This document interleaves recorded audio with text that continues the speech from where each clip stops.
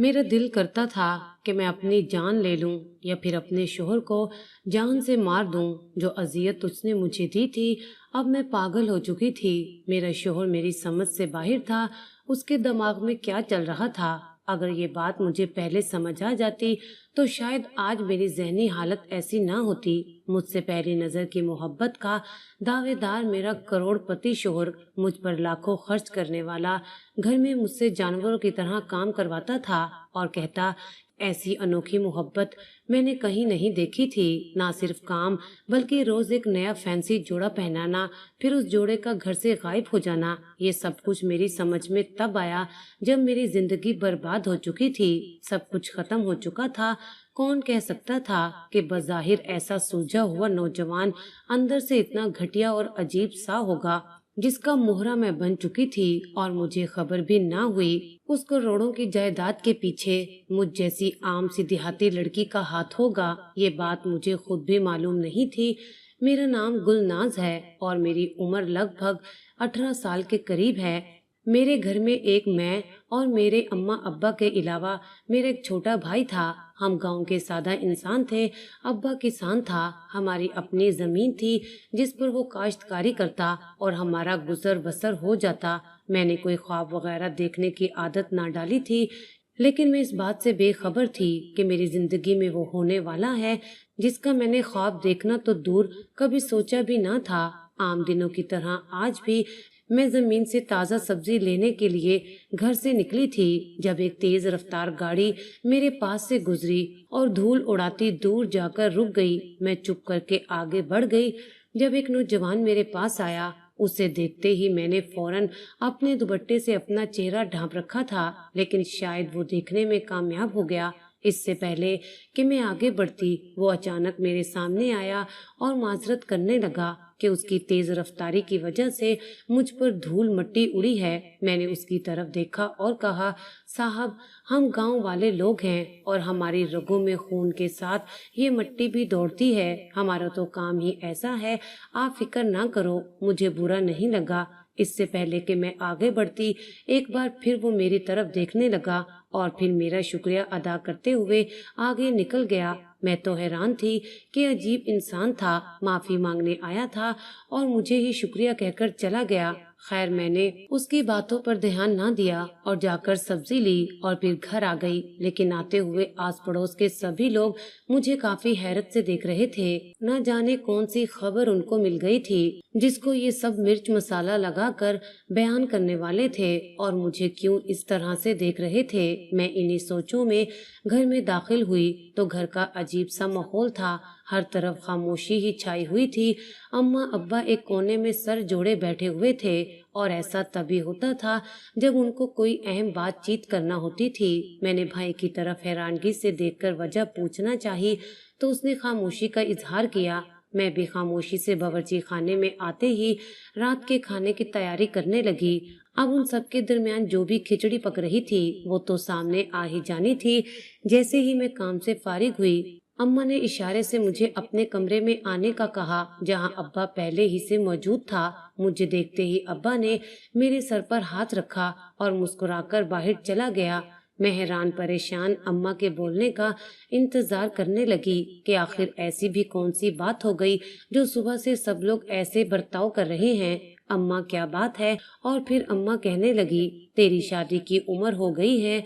देखो लाडो, जब तेरी उम्र से भी मेरी उम्र कम थी तब मेरी शादी हो चुकी थी, लेकिन तू तो माशाअल्लाह से 18 साल की हो गई है। अल्लाह की करनी देख कि तेरी वजह से हम परेशान रहते थे कि इसका क्या होगा, और आज तो तेरी किस्मत ही खुल गई। अम्मा जो बोले जा रही थी वो मेरी समझ से बाहर था। अम्मा, क्यों पहेलियां बुझवा रही हो? बता भी तो दे, हुआ क्या है? अम्मा ने प्यार से मेरे सर पर हाथ फेरा और बोली कि तेरे लिए रिश्ता आया है। अम्मा, लेकिन इतनी जल्दी भी क्या है? मैं अपने घर को छोड़कर इतनी जल्दी नहीं जाना चाहती। इसलिए अम्मा को कह दिया, देख गुलनाज, अभी तू जानती नहीं है कि ये रिश्ता किसका आया है, इसलिए ऐसा बोल रही है। लड़का बहुत अमीर है, शहर में रहता है, तेरे अब्बा के जिगरी दोस्त अनवर का जानने वाला है। उसने हमें लड़के की गारंटी दी है। उस लड़के को गांव की सादा सी लड़की से शादी करनी थी, है वो भी कुंवारा। وہ تو بس ایسے ہی آیا ہوا تھا، لیکن اس کی کہیں تجھ پر نظر پڑ گئی تو تجھے پسند کر دیا، اس لیے انور کے ساتھ ہمارے گھر آ گیا۔ دیکھ تو ہاں کر دے، کیونکہ تیرے ابا اور مجھے لڑکا بہت پسند ہے۔ انور نے ہمیں مطمئن کر دیا ہے۔ اماں تو خوشی سے نہال تھی، اور پھر نہ کرنے کے باوجود بھی اگلے روز سادگی سے مجھے اس شہری بابو کے ساتھ نکاح میں دے دیا گیا۔ نکاح کے وقت پتہ لگا کہ اس کا نام عدنان ہے۔ نکاح کے ساتھ ہی رخصتی بھی کر دی گئی۔ میرے شوہر کا کہنا تھا کہ اسے جہیز میں کچھ نہیں چاہیے، اچھی بیوی مل گئی ہے، اتنا ہی کافی ہے۔ مجھے اس کی بات پر ذرا بھی اعتبار نہ آیا، لیکن میں کچھ کر نہیں سکتی تھی، کیونکہ وہ اگلے روز مجھے اپنے ساتھ لے آئے تھے۔ لیکن یہ کیا، اس کا گھر تو واقعی کوئی محل ہی لگا تھا، اتنی بڑی کوٹھی تھی، لیکن وہ تو میرے شوہر نے مجھے گھر دیکھنے نہ دیا۔ انہوں نے کہا کہ اب یہ تو تمہارا ہی گھر ہے، آرام سے دیکھ لینا۔ مجھے کمرے میں لے آیا اور بیڈ پر بٹھاتے ہی مجھے انتظار کرنے کا کہا۔ تھوڑی دیر بعد کمرے میں آیا تو اس کے ہاتھ میں ایک نیا جوڑا تھا، اس کے ہاتھ میں ایک دودھ کا گلاس بھی تھا۔ اس نے وہ فینسی جوڑا مجھے پہننے کے لیے دیا اور دودھ پینے کا کہا۔ جب میں نے دودھ پیا تو اس میں سے بہت تیز خوشبو آ رہی تھی۔ جب پیا تو کسی فروٹ کا ذائقہ محسوس ہوا۔ خیر میں نے سارا دودھ پی لیا۔ اس کے بعد اگلی صبح جب میں اٹھی تو شوہر نے پہلے ہی ایک اور نیا سوٹ نکال کر رکھا تھا۔ مجھے کہا کہ اپنا جوڑا تبدیل کر لو۔ میں نے خاموشی سے جوڑا لیا اور پہننے چلی گئی۔ جب واپس آئی تو شوہر نے ناشتہ بنانے کا کہا۔ میں کمرے سے باہر آ گئی، لیکن میں نے گھر دیکھا نہ تھا، اس لیے شوہر سے باورچی خانے کا پوچھنے دوبارہ کمرے میں آئی۔ دیکھا تو وہ کوئی چیز شاپر میں ڈال رہا تھا۔ مجھے دیکھتے ہی گھبرا گیا اور جلدی سے شاپر بستر پر رکھتے ہی میرے پاس آیا۔ کیا ہوا ہے؟ میں نے تو تمہیں ناشتہ بنانے بھیجا تھا، وہ اتنے پیار سے بولا کہ مجھے سمجھ ہی نہ آیا کہ کیسے پوچھوں کہ باورچی خانہ کہاں ہے۔ وہ دراصل مجھے پتہ نہیں ہے کچھ بھی، آپ ہی نے کہا تھا کہ کل گھر دکھاؤں گا، اس لیے میں نے گھبرا کر جلدی سے اسے جواب دیا، وہ ناراض ہی نہ ہو جائے۔ ارے تم اتنا گھبرا کیوں رہی ہو، آؤ میں دکھا دیتا ہوں، اب یہ گھر تمہارا ہی تو ہے۔ پھر اس نے مجھے پورا گھر دکھایا۔ گھر واقعی میں بہت پیارا تھا۔ میں نے جلدی سے پراٹھے اور انڈا بنایا، ساتھ ہی چائے بنا کر ان کو بلانے چلی گئی۔ وہ مجھے دیکھتے ہی ایک دم کھڑے ہوئے، پھر ہم نے ناشتہ کیا۔ اس دوران وہ کافی باتیں بھی کر چکے تھے۔ تبھی انہوں نے بتایا کہ میں نے اس دن جب اپنا چہرہ چھپایا تھا، مگر انہوں نے مجھے دیکھ لیا تھا اور پسند بھی کر لیا تھا۔ میرے شوہر کافی اچھے ثابت ہوئے تھے۔ میرے دل میں جتنے بھیانک خدشے ان کو لے کر تھے وہ سب ختم ہو گئے تھے۔ وہ روز میرے لیے نئے نئے کپڑے لاتے، ساتھ میں اور بھی چیزیں لاتے۔ آج تک میں نے ایک بار پہنا ہوا جوڑا دوبارہ نہیں دیکھا تھا۔ وہ کہتے تھے کہ تم بہت خاص ہو، اس لیے تمہارا صاف ستھرا رہنا بھی ضروری ہے۔ میں ان کی باتیں اور حرکتیں دیکھ کر مسکراتی رہتی تھی اور خود پر رش کرنے لگتی کہ کتنا چاہنے والا شوہر ملا ہے۔ شام کو جب وہ گھر آئے تو مجھے ایک شاپر میں اسٹرابری دی اور ساتھ نیا سوٹ بھی پکڑا دیا۔ آج پورا دن تم یہ اسٹرابری کھاؤ گی، اسے ختم کرو گی، ٹھیک ہے؟ یہ تو بہت ساری تھی، میں کیسے کھا سکتی تھی، لیکن پھر بھی میں نے ہاں کر دی۔ تھوڑی تھوڑی دیر کے بعد کھاتی رہو گی تو ختم ہو جائے گی۔ لیکن سوٹ دیکھ کر میں حیران ہوئی تھی، ابھی ہی تو نہا کر سوٹ پہنا ہے، کل ہی تو آپ نے نیا سوٹ لا کر دیا تھا، ابھی جاؤ جا کر یہ سوٹ پہنو، وہ کل والا جوڑا ہے، میں جو کہوں تم بس ویسے ہی کرو، تم روز نیا جوڑا پہنو گی، انہوں نے سختی سے مجھے کہا تھا۔ میں حیران ہوتی ہوئی وہ جوڑا لے کر تبدیل کرنے چلی گئی۔ جب باہر آئی تو شوہر نے پانی لانے کو کہا۔ کمرے میں پانی موجود تھا، لیکن کہا کہ باہر سے پانی لے کر آؤ، ٹھنڈا پانی پینا ہے مجھے۔ میں خاموشی سے چلی گئی، لیکن میں یہی سوچ رہی تھی کہ وہ اتنی عجیب حرکتیں کیوں کر رہے تھے۔ اگر ایک سوٹ دوبارہ پہن لیا تو کیا ہو جانا تھا؟ پہلے تو میں 4 دن ایک ہی سوٹ پہنتی تھی، اب کیا مسئلہ ہے؟ کیا ان کو مجھ سے کوئی بدبو آتی ہے یا کچھ اور بات ہے؟ انہی سوچوں میں جلدی سے پانی لے کر جیسے ہی میں کمرے میں داخل ہوئی، شوہر جلدی سے میرا وہی جوڑا جو میں نے اتار کر رکھا تھا اسے لپیٹ کر ایک شاپر میں ڈال رہا تھا۔ میں نے گلاس اس کی طرف بڑھایا تو انہوں نے ایک گھونٹ پی کر پانی وہیں رکھ دیا اور شاپر کو سائڈ پر کرتے ہوئے مجھے اپنے پاس بلایا۔ देखो बेगम, मुझे नहीं पसंद कि तुम दो दो दिन तक एक ही जोड़ा पहनो। मैं तुम्हें रोज नया सूट ला दूंगा। मेरा भी गुस्सा जायज है और मैं कोई गलत काम करने का तो नहीं कह रहा हूँ। सफाई तो निस्फ ईमान है। अब चलो मेरी एक और बात सुनो। आज से बावर्ची खाने का सारा काम तुम खुद करोगी। अब तुम्हें खाना बनाओगी। घर में हम सिर्फ दो लोग हैं, लेकिन तुम्हें पता है मैं एक वक्त में 3 से 4 सालन पके हुए खाता हूँ। आज कौरमे के साथ तुम बिरयानी बना लेना और मीठे में खीर। शाम को क्या पकाना है मैं आकर बताऊंगा। वो तो ये कहकर चले गए, लेकिन मैं परेशान हो गई। हम दो ही थे तो इतना खाना बनाने की क्या जरूरत है, लेकिन अब मैं इनकार कैसे कर सकती थी। इसलिए मैंने जल्दी से खाना बनाया। खाना बनाते बनाते मुझे 3 घंटे लग गए। मैं पसीने से शराबूर हो गई थी। मुझे शदीद गर्मी लग रही थी। अभी मैं नहाने का सोच ही रही थी कि मेरे शोहर आ गए। हमने साथ खाना खाया और वो वहीं बैठ गए। फिर उन्होंने मुझे रात का खाना बनाने को कहा, लेकिन अब मेरा इरादा नहाने का था। लेकिन उनके खाने की लिस्ट सुनकर पहले खाना बनाने का सोचा। वो भी काफी खुश नजर आ रहे थे। कुर्सी लेकर मेरे पास ही बैठ गए।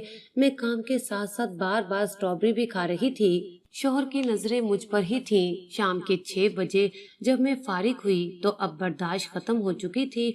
मैं फौरन कमरे में आई ताकि नहा सकूं, लेकिन बेड पर नया सूट देखकर मैंने जल्दी से वो पकड़ा। उस वक्त सोचने का वक्त नहीं था मेरे पास। हालत ही कुछ ऐसी हो गई थी। मैं बाहर आई तो शोहर भी नहाने चले गए। उसके बाद रात का खाना खाते ही हम सो गए। रात को अचानक कुछ खटके की आवाज से मेरी आंख खुली तो देखा शोहर मेरे वही कपड़े जो मैंने आज बदले थे उनको एक थैले में डालकर बेड के नीचे रख रहे थे। अब मैं हैरानगी के साथ साथ परेशान भी रहने लगी थी कि वो ऐसा क्यों करते हैं। जितना मैं उनको समझने लगी थी, मतलब जरूर कोई राज था जो वो छुपा रहे थे, लेकिन पूछने की हिम्मत मुझ में नहीं थी। और वो मुझे अपने कामों में इतना उलझाए रखते कि मुझे होश ही न रहता। लेकिन एक अजीब बात जो उन 2 महीनों में मैंने नोट की थी कि एक बार भी उन्होंने मुझे गोश्त खाने नहीं दिया। जब भी बिरयानी बनाती तो मुझे वो सख्ती से गोश्त खाने से मना करते, जिसकी वजह से मुझे कुछ और खाना पड़ता। पता नहीं कैसे उनको मेरी एक एक हरकत का पता चल जाता था, लेकिन इस बात की तस्दीक भी उन्होंने खुद ही कर दी कि सारे घर में कैमरे लगे हुए हैं ताकि कोई चोरी वगैरह ना हो सके। अब तो सवाल ही पैदा नहीं होता था कि मैं उनकी किसी भी बात से इनकार करूं। वो तो सब देखते रहते होंगे। अब इन सब सख्तियों की वजह से अक्सर मेरे सर में दर्द रहने लगा था, और जब शोहर को सर दर्द का बताया तो सारे काम छोड़कर वो मुझे डॉक्टर के पास ले गया। मेरे इतने महंगे महंगे टेस्ट करवाए। मैंने मना भी किया, लेकिन वो ना माने। डॉक्टर ने भी कहा कि इसकी जरूरत नहीं है, लेकिन शोहर ने कहा तुम सभी टेस्ट करवा लो, मुझे तसल्ली हो जाएगी। मेरे सभी टेस्ट ठीक आए थे। उस दिन के बाद तो अगर मुझे सर में दर्द भी होता तो मैं शोहर को बताने की गलती ना करती, क्योंकि अब मैं जान गई थी कि वो मेरी छोटी से छोटी चीज को लेकर परेशान हो जाता था। इस दौरान भी वो मुझे वर्जिश करवाता, कपड़े लाजमी तब्दील करवाता। ये आदत उसने नहीं छोड़ी थी। हमारी शादी को अब 2 साल होने वाले थे। मेरा शोहर अब पहले से ज्यादा अमीर हो गया था। काम वो इतना नहीं करता था। दिन में 2 से 3 ऑफिस के चक्कर लगाता था। पहले तो फिर भी दिन में एक जोड़ा तब्दील करने का कहता था, लेकिन अब दिन में 3-4 जोड़े मुझे बदलना पड़ते थे। मैं इस बात से तंग नहीं थी, क्योंकि मुझे आजकल पसीना ही इतना आता था कि लगता था कि अगर मैं जाकर ना नहाई तो जिंदा नहीं बचूंगी। लेकिन अब मैं सोच सोच कर जहनी मरीजा बन चुकी थी। मेरी दवाइयों का ढेर मेरे पास लगा हुआ था, जो कि मैं रोज खाती थी। ये तो तब से शुरू हुआ था जब से सर्दियां आई थीं। मैं सारा दिन घर का काम करती रहती और पसीना पानी की तरह बहता रहता। एक ही बार नहाने का सोचकर जब नहाती तो शोहर आकर हीटर चालू करके मुझे कमरे में बंद कर देता। जब मैं गर्मी से बेहोश होने लगती तो कहता कपड़े बदल लो, पसीने की बदबू आ रही है। सिर्फ इतना ही नहीं था, जब जब कपड़े तब्दील करती तब तक वो कोई न कोई फल लेकर आता। कभी अंगूर, कभी आड़ू, कभी अमरूद तो कभी अनार। लोग इन सब चीजों के लिए तरसते हैं और मैं ये सब कर करके जहनी मरीजा बन गई थी। अब मैं सोचती थी कि इससे तो मेरा गांव अच्छा था। वहाँ मौजूद मट्टी का मकान अच्छा था, जहाँ काम करने के बाद ठंडी हवा सुकून देती थी, और यहाँ तो सर्दियों में भी गर्मियों का समा रहता है। میری تو اب بس ہو چکی تھی، مجھے روز کمرے میں بند کر کے ہیٹر چلا دیا جاتا۔ اب میں نے سوچ لیا کہ شوہر کی کوئی بات نہیں مانوں گی، اگر ایسا ہی چلتا رہا تو میں بہت جلد دم گھٹنے سے مر جاؤں گی۔ آج میں کمرے میں بند ہوئی تو جان بوجھ کر ہیٹر خراب کر دیا، مگر میرا شوہر اسی دن نیا ہیٹر لے آیا۔ اب میں نے ایک ترکیب سوچی تھی، شوہر جیسے ہی کام پر گیا، میں بازار جا کر ایک کیمرے والے آدمی کو پکڑ لائی اور اسے پیسے دے کر گھر کے سارے کیمرے خراب کروا دیے۔ شوہر کو پتہ بھی نہ چلا، کیونکہ ان کو اب یقین تھا کہ میں ایسا کچھ نہیں کروں گی، لیکن مجھے وہ راز جاننا تھا جس کی وجہ سے میری حالت مرنے والی ہوتی جا رہی تھی اور میرا شوہر مجھے مرنے بھی نہ دیتا۔ اگلے روز میں نے اپنے میلے کپڑوں کی جگہ دوسرے کپڑے رکھ دیے۔ شوہر وہ سوٹ لے کر رات کو ہی گھر سے نکل گیا۔ میں نے اس کا پیچھا کیا تو وہ ایک فیکٹری میں داخل ہوا۔ وہاں جاتے ہی میرے سوٹ کو ایک بڑی سی مشین میں ڈال دیا۔ اس کے بعد نہ جانے اور کیا ڈالا تھا، میں نہیں جانتی تھی۔ خیر تھوڑی دیر بعد وہاں سے ایک محلول تیار ہوا جو بہت ہی بوتلوں میں مشین کے ذریعے بھرا جا رہا تھا۔ جب میں نے ایک شیشی اٹھا کر سونگھی تو اس میں خوشبو تھی۔ اب مجھے معاملہ کچھ سمجھ میں آ رہا تھا۔ میں ایک دم سے اپنے شوہر کے سامنے چلی گئی۔ وہ مجھے دیکھتے ہی گھبرا گیا، ڈانٹ کر وہاں سے بھیجنا چاہتا تھا کیونکہ وہاں بہت سارے مزدور کام کر رہے تھے، لیکن میں نہ گئی۔ اسے سچ بتانے کا کہا، ورنہ اسے دھمکی دی کہ میں اسے چھوڑ کر چلی جاؤں گی یا پھر اپنی جان لے لوں گی۔ یہ سنتے ہی شوہر پریشان ہو گیا۔ اسے امید نہیں تھی کہ میں ایسا کچھ کہوں گی۔ دیکھو بیگم، تم مجھے چھوڑ کر نہ جانا اور مرنے کا سوچنا بھی مت۔ میں تمہیں سچ بتاتا ہوں، تم میرے ساتھ اندر کمرے میں آؤ۔ میرے شوہر نے گڑ گڑاتے ہوئے مجھ سے درخواست کی، لیکن میں نہ مانی۔ بالکل نہیں، یہاں سب کے سامنے ہی بات ہوگی، ورنہ میں ابھی تمہیں چھوڑ کر چلی جاؤں گی۔ تب میرے شوہر نے نادم ہو کر بولنا شروع کیا، سچ تو یہ ہے میں تم سے کبھی بھی شادی نہیں کرنا چاہتا تھا، میں ابھی بہت پیسہ کمانا چاہتا تھا۔ پھر مجھے اتفاق سے تم ملی، تم سے مجھے ایک عجیب سی خوشبو آئی، حالانکہ وہ گرمیوں کے دن تھے اور تمہارے بدن میں سے پسینہ آ رہا تھا۔ میں اس وقت ایک پرفیوم کی فیکٹری میں کام کرتا تھا، لیکن تمہارے پسینے میں قدرتی ایسی خوشبو تھی جس میں کچھ کیمیکل ملا کر ایک پرفیوم تیار کیا جا سکتا تھا۔ تبھی میں نے فیصلہ کر لیا کہ تم سے ہی شادی کروں گا۔ پھر میں نے اس پر عمل بھی کیا۔ میں روز تمہیں نئے کپڑے پہننے کو دیتا تاکہ تمہیں پسینہ آئے، اس کے ساتھ تیز خوشبو والے پھل بھی لے کر آتا۔ میں خوش تھا کہ میرا تجربہ کامیاب ہوا ہے، اور پھر میرے تجربے سے جو پرفیوم بنا تھا وہ نہ صرف یہاں بلکہ انٹرنیشنل مارکیٹ میں بھی مقبول ہوا، جس کی وجہ سے مجھے کامیابی ملتی چلی گئی اور میں ایک پرفیوم فیکٹری کا مالک بن گیا۔ پھر سردی آ گئی تو میرے ذہن میں ہیٹر کا خیال آیا۔ جب سردی لگتی تو میں جان بوجھ کر تمہیں کمرے میں بند کر دیتا۔ ہر طرح سے میرا فائدہ ہو رہا تھا اور میں بہت خوش تھا۔ اس دن تم بیمار ہوئی تو میں پریشان ہو گیا تھا، اگر تمہیں کچھ ہو گیا تو میرا سارا بزنس ڈوب جائے گا، اور میں خود اولاد نہیں ہونے دے رہا تھا۔ اگر بچہ ہو جاتا تو تم بھی مصروف رہتی، میں کام نہ کروا پاتا، کیا پتا بچے کے بعد پسینے کی خوشبو بدبو میں بدل جاتی۔ اس لیے میں تمہیں جوس میں حمل نہ ہونے والی دوا ملا کر کھلاتا رہا، اور دیکھو آج ہم بہت امیر ہیں، اب ہم دونوں مل کر عیش کریں گے۔ اپنے شوہر کی باتیں سن کر میرا تو دماغ چکرا گیا تھا۔ میں نے اس وقت تو اس کی بات مان لی، مگر بڑی چالاکی سے میں نے پولیس کو بلوا لیا اور ایک اچھی بھلی لڑکی کو شادی کے بعد نفسیاتی بنانے اور کاروبار کی لالچ میں اسے بچہ روکنے کی دوا کھلانے کے جرم میں گرفتار کروا دیا اور خلا کا نوٹس بھی دے دیا۔ اس سب کا میں نے اپنے ماں باپ کو ہی قصوروار کہا تھا، کیونکہ انہوں نے اس وقت 5 لاکھ لے کر میری شادی اس آدمی سے کی تھی، اور یہ بات مجھے اب پتہ چلی تھی۔ عدالت کے ذریعے میں نے خلا لے لی تھی۔ میں ایسے آدمی کے ساتھ نہیں رہنا چاہتی تھی، اس نے مجھے بہت تکلیف دی تھی۔ میرے شوہر نے میری وجہ سے جتنی بھی رقم کمائی تھی، عدالت کے ذریعے وہ سب مجھے مل گئی تھی۔ میرا شوہر یہ صدمہ برداشت نہ کر سکا اور جیل میں ہارٹ اٹیک آنے کی وجہ سے فوت ہو گیا۔ آج میں آزادی سے اپنی زندگی گزار رہی ہوں اور ابھی میرا دوسری شادی کرنے کا کوئی ارادہ نہیں ہے۔